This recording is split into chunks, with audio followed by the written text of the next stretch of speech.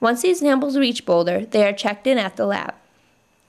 After the samples are checked in, they are taken up to NOAA's Measurement of Atmospheric Gases that Influence Climate Change, or MAGIC lab, and analyzed for an array of gases.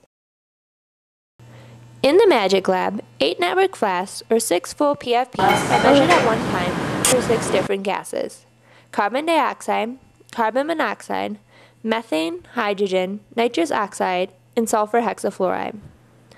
On a typical day, the machines are first put through a pre-analysis check, which preps the analyzers and checks the system for problems. While this check is running, the flasks or PFPs can be hooked up to the inlet manifold. At this time, both the flasks and the PFPs receive unique event numbers. These event numbers will follow each flask data from this point on to help ensure quality control. Each gas is measured in a way that will yield the most accurate measurements possible. Therefore, the methods used vary between the different gases.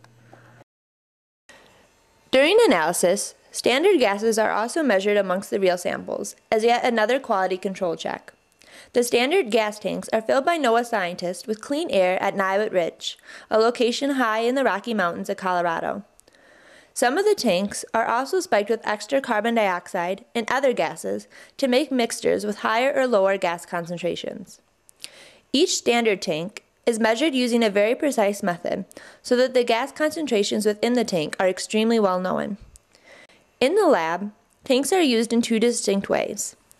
Firstly, they are used to calibrate or adjust the instrument that measures the air samples. This is critical because the instrument can drift over time, which would allow the measurements of the same sample to change as time passes. Secondly, test flasks are filled with some of the tanks and then treated in exactly the same way as real flask samples. The results of the analysis are then compared to the real known values of the gas concentrations in the tank. This shows whether or not the instruments are working properly and indicates how precise the measurements are. Once network flask and PFP measurements have been made, the data are further checked for any possible errors. For example, flasks are always taken in pairs.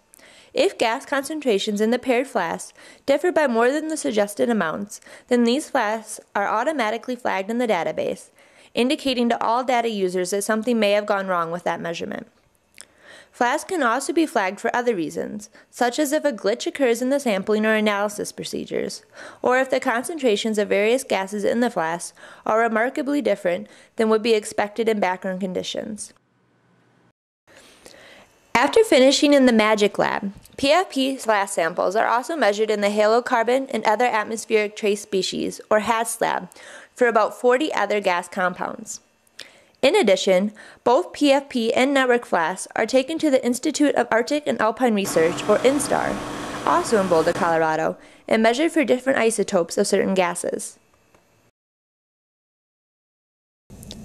The data that results from this process is kept safe in a database with multiple archives. These archives contain not only the measurements that result from the analysis of each of the flasks, but also valuable data about the sampling and analysis procedures, such as the location and time of the sampling, what instruments and calibration standards were used for the analysis, and any possible problems with the data. The Global Monitoring Division's data can be publicly viewed in 2 forms: online through NOAA's Global Monitoring Division's website, where anyone can graphically view the data using the interactive data viewer, and through text files of the data that are available for scientific use. All of the data gathered and then kept in these locations are used for many purposes. For example, scientists around the world use the NOAA data in their research to help understand the global carbon cycle. Data are also used to create visualizations that can help viewers better comprehend its significance. One example is NOAA's webpage called Trends in Atmospheric Carbon Dioxide, which is updated monthly with the latest data and provides a graphical representation of the observed global increase in carbon dioxide that is being seen in our atmosphere.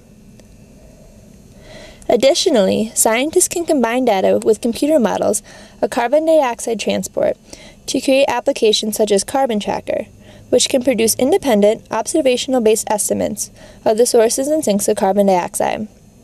This Carbon Tracker movie shows carbon dioxide weather. Plumes of carbon dioxide from the burning of fossil fuels in populated regions are transported downwind and mixed with the rest of the atmosphere. The values are higher in the northern hemisphere due to both carbon dioxide from fossil fuel emissions and from plant and animal respiration. Finally, after being measured in 4 different labs for an array of gases and having all the resulting data uploaded into a database, the flasks and PFPs head back to the NOAA lab and end their journey. However, they don't get to rest for long. Soon they will be taken back off of the shelf, checked for leaks, filled with synthetic air, packaged up, and sent to some other location across the world, starting their journey all over again. At this point in time, there is a need to increase the sampling efforts to gather more measurements. These will help to provide an objective measure of the success of policies designed to lower greenhouse gas emissions. In addition, there is also a need for more detailed uncertainty estimates for each of the measurements in order to provide the most scientifically sound data possible. The massive long-term sampling effort being put forth by NOAA and its partners is one that has provided, and will continue to provide, crucial information to society about the state and recent history of our atmosphere. Knowledge that could be crucial for future generations of humans on our dynamic planet, the only home we have.